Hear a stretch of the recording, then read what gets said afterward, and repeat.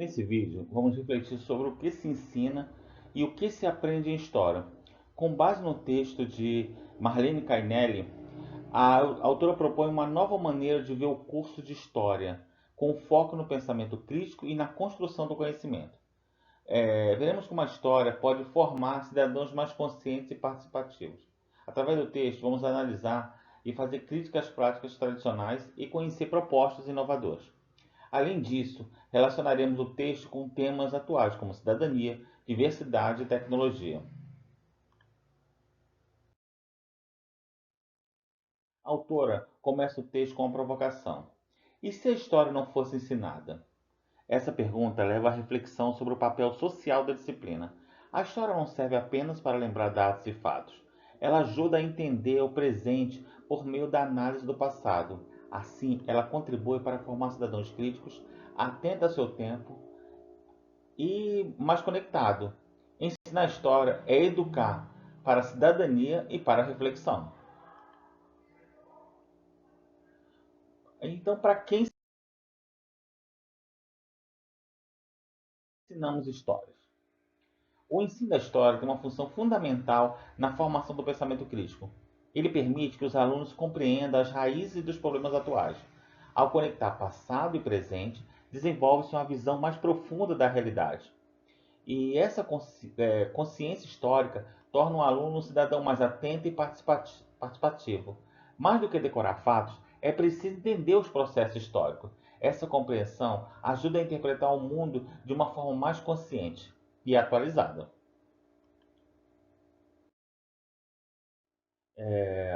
Analisando a história como construção interpretativa. A história não é uma narrativa fixa e imutável.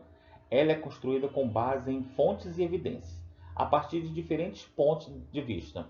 Por isso, o ensino deve mostrar aos alunos que há várias formas de interpretar o passado. A disciplina se aproxima de uma investigação crítica. Quem escreveu? Por quê e com qual intenção? Essa abordagem ajuda os estudantes a desenvolver habilidades de análise e argumentação.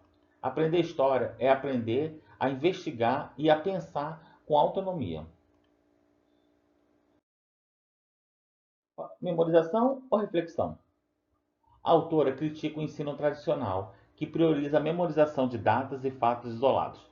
Essas práticas não despertam interesse e nem promovem a compreensão profunda dos eventos históricos. O ensino descontextualizado transforma a história em algo mecânico e desinteressante. Falta espaço para o questionamento e o debate em sala de aula. É preciso superar essas práticas e adotar metodologias mais reflexivas. Ensinar a história deve ser um convite ao pensamento e não à repetição. Agora falando sobre como ensinar melhor a história. A autora propõe uma metodologia mais investigativa e participativa. Ela sugere o uso de diferentes tipos de fontes históricas em sala de aula. Além disso, debates e análises críticas devem fazer parte do processo de ensino. Essas práticas ajudam os alunos a construir o conhecimento por si mesmos. Assim, a história deixa de ser algo distante e passa a fazer sentido para os estudantes. O aluno se torna protagonista da sua própria aprendizagem histórica, né, ao longo da história. O diálogo com o presente. O texto também se conecta com temas atuais da educação. Ensinar a história de forma crítica contribui para a formação cidadã. A abordagem sugerida valoriza vozes historicamente excluídas, como mulheres, indígenas e afrodescendentes.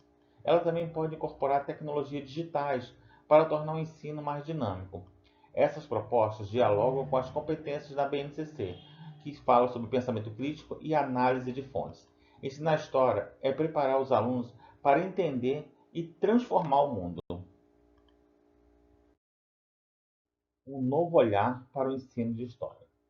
O ensino de história precisa ser visto como uma ferramenta de transformação. Ele deve formar alunos capazes de pensar, questionar e agir em sociedade. Isso exige abandonar práticas antiquadas e adotar novas estratégias pedagógicas. O aluno deixa de ser apenas um receptor de conteúdo e passa a ser um sujeito ativo. A história ganha visão quando conectada com as experiências dos estudantes. E é essa a proposta da autora, um ensino mais humano, crítico e significativo.